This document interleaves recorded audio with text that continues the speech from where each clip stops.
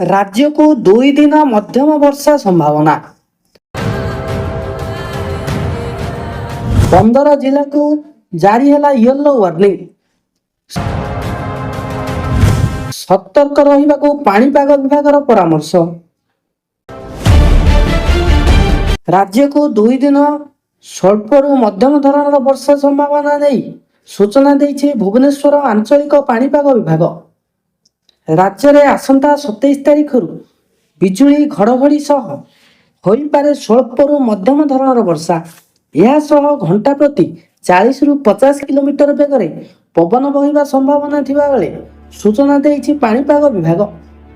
27 तारिख पर उत्तर मध्यम और उपकूल ओडिशा रे मोट 15 जिला को येलो वार्निंग जारी करा जायथिबा बेले एही सब जिला गुड़िक मानकु सतर्क रहिबा पई परामर्श दिया जायछि। येलो वार्निंग जारी करा जायथिबा जिला मानक मध्य रहला गंजाम गजपति रायगड़ा, कंधमाल बलांगीर बरगड़, झारसुगुड़ा सुंदरगड़ केउझर, मयूरभंज बालेश्वर भद्रक, केन्द्रापड़ा जाजपुर और जगतसिंहपुर रही।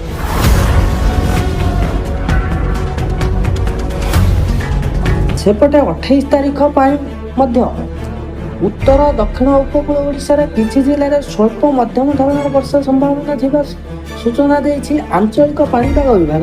28 तारिख मोट 8टी जिला को येलो वार्निंग जारी करा जायथिबा बेले सेही जिला गुड़िक हला गंजाम गजपति सुंदरगढ़, केन्दुझर मयूरभंज बालेश्वर रायगड़ा और कोरापुट रही।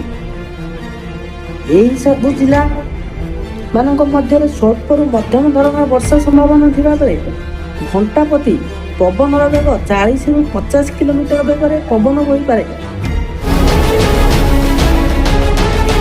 तेणु 29 तारिख रु 31 तारिख सकाळ 8:30 जाए कौन से जिला को येलो वार्निंग जारी नथिबा जना पड़ी। सेपटे राज्यर तापमात्रा वृद्धि नहीं मध्य सतर्क कराइछि पाणीपाग विभाग। आगामी 3 दिन मध्य राज्य में 2 रु 4 डिग्री सेल्सियस तापमात्रा वृद्धि संभावना रही।